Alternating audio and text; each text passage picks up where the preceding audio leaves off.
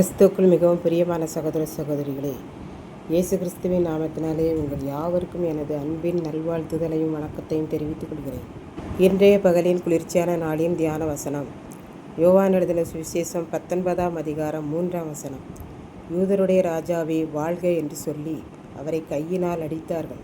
போர் சேவகர் யூதர்கள் எல்லாரும் இயேசுவை விடுதலை செய்யக்கூடாது, கள்ளனாகிய பரபாசை எங்களுக்கு விடுதலை செய்ய வேண்டும் என்று சத்தமிட்டார்கள்.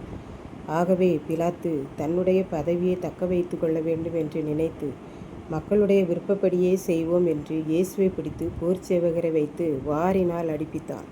பின்பு போர் சேவகர் முள்களினால் ஒரு கிரீடம் செய்து அவர் தலையில் வைத்து சிவப்பான அங்கி அவருக்கு உடுத்தினார்கள். முள்ளுகள் நம் நாட்டில் உள்ள முள்ளுகள் போல இருக்காது. இஸ்ரவேல் தேசத்தில் பாலைவனத்தில் உள்ள முட்கள் ஒரு ஜான் அளவுக்கு நீளமும் ஆணியை போன்று உறுதியாகவும் இருக்கும். அப்படிப்பட்ட முட்களை வைத்து பின்னி கிரீடம் செய்தார்கள்.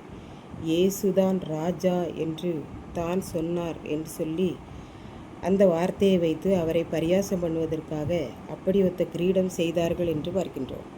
அவரை ராஜா என்று கேலி செய்வதற்காக அவரது ஆடையை சிவப்பு நிறத்தில் ஒரு அங்கியாக உடுத்தினார்கள். பின்பு யூதருடைய ராஜாவை வாழ்க என்று பரியாசமான முழக்கமிட்டார்கள். அவ்வாறு முழக்கமிட்டு அவரை கன்னத்தில் மாறி மாறி அறைந்தார்கள் என்று பார்க்கின்றோம். பிலாத்து மேலும் வெளியே வந்து, நான் இவனிடத்தில் ஒரு குற்றத்தையும் காணவில்லை, ஆகவே இவனுக்கு தண்டனை கொடுத்து விட்டேன். உங்களுக்காக இவனை தண்டித்திருக்கிறேன். இதோ இவனை வெளியே கொண்டு வந்திருக்கிறேன், கூட்டிக் கொண்டு போங்கள் என்றான். அரண்மனையில் உள்ளவர்கள், போர் சேவகர்கள், போகிறவர்கள் வருகிறவர்கள் எல்லாரும் மாறி மாறி கன்னத்தில் அடித்தார்கள். இயேசு நாம் செய்த பாவமான வேண்டாத சிந்தனைக்காக தலையில் முள்மூடி அணியப்பட்டு அதில் மேலும் அடித்து அந்த முட்கள் தலையில் பதியும் அளவுக்கு அடித்தார்கள். இன்னமும் நம்முடைய பாவங்களுக்காக அவர் கன்னத்தில் எல்லாரிடமும் அடி வாங்கினார். வேண்டாத பரியாசம் வேறு செய்தார்கள் என்று பார்க்கின்றோம். ஒரு தவறும் செய்யாத இயேசுக்கு அடிகள் வேறு. நமக்காக அவர் அடிகள் வாங்கி துன்பங்கள் வலி வேதனைகளை சகித்தார். இப்படித்தான் ஒரு ஊரில் இரவு நேரங்களில் எல்லாரும் அவரவர் வீட்டு திண்ணையில் அமர்ந்து பேசிக்கொண்டே இருப்பர். சிறு பிள்ளைகள் நிலா வெளிச்சத்தில் விளையாடி கொண்டிருப்பார்கள். பெரியவர்கள், பக்கத்து வீட்டுக்காரர்கள் எல்லாரும் சேர்த்து ஏதாவது கதைகள் பேசி சிறிய சிறிய கைவேலைகளை செய்து கொண்டிருப்பார்கள். அப்பொழுது அந்த ஊரில் உள்ள ஒருவர் ஒரு வீட்டின் மதில் சுவரில் ஏறி வீட்டினுள் குதித்து சென்று அங்கே ஏதும் விலையுயர்ந்த பொருள்கள் இருக்கிறதா என்று தேடி பார்த்து கொண்டிருந்தார். அப்போது தற்செயலாக வீட்டுக்காரர் உள்ளே தண்ணீர் குடிக்க சென்றார். யாரோ உருட்டுகிற சத்தம் கேட்கிறதே, தன்னுடைய பிள்ளைகளாய் இருக்குமோ என்று வீட்டில் படுக்கை அறைக்குள் உற்று பார்த்தார்.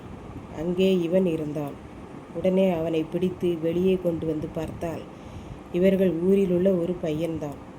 அவன் ஏதாகிலும் கிடைக்குமா, எடுத்துக்கொண்டு போய் மதுபானம் குடிக்கலாம் என்று வந்திருக்கிறான். ஆகவே நல்ல பெரிய கயிறு ஒன்றை எடுத்து வந்து அவர்கள் ஊரில் உள்ள ஒரு பெரிய மரத்தில் எல்லாரும் பார்க்கும்படியாக கட்டி வைத்தார்கள்.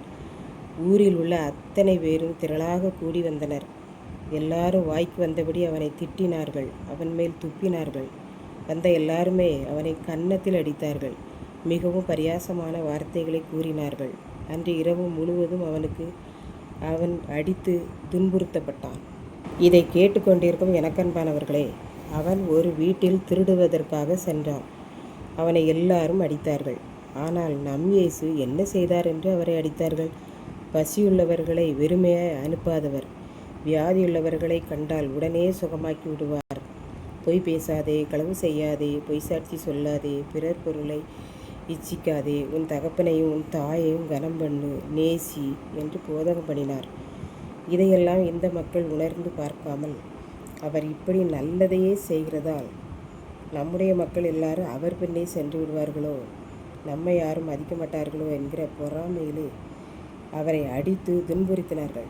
ஆனால் நாம் இந்த இயேசுக்கு என்ன செய்திருக்கிறோம் என்பதை நாம் சிந்தித்து பார்ப்போம். இயேசு எனக்காக அடி வாங்கினார் என்று கூறி அவர் காட்டிய வழியில் நாமும் நடப்போம். கர்த்தர் தாமே இந்த வழியை ஆசீர்வதிப்பாராக. ஆமென். ஜெபம். அன்பின் ஆண்டவரே, இந்த அருமையான நல்ல நாளுக்காக நன்றி செலுத்துகிறேன். இப்பொழுதும் இந்த வார்த்தையை கேட்டுக்கொள்கிற ஒவ்வொரு பிள்ளைகளும், கர்த்தர் எனக்காக அடி வாங்கி துன்பப்பட்டார், ஆகவே நான் அவர் வழியில் நடப்பேன் என்று தன்னை அர்ப்பணிக்க உதவி செய்தருளும். மீட்பர் இயேசு கிறிஸ்துவின் நாமத்திலே தாழ்மையோடு வேண்டிக் கொள்கிறேன் பிதாவே. ஆமென்.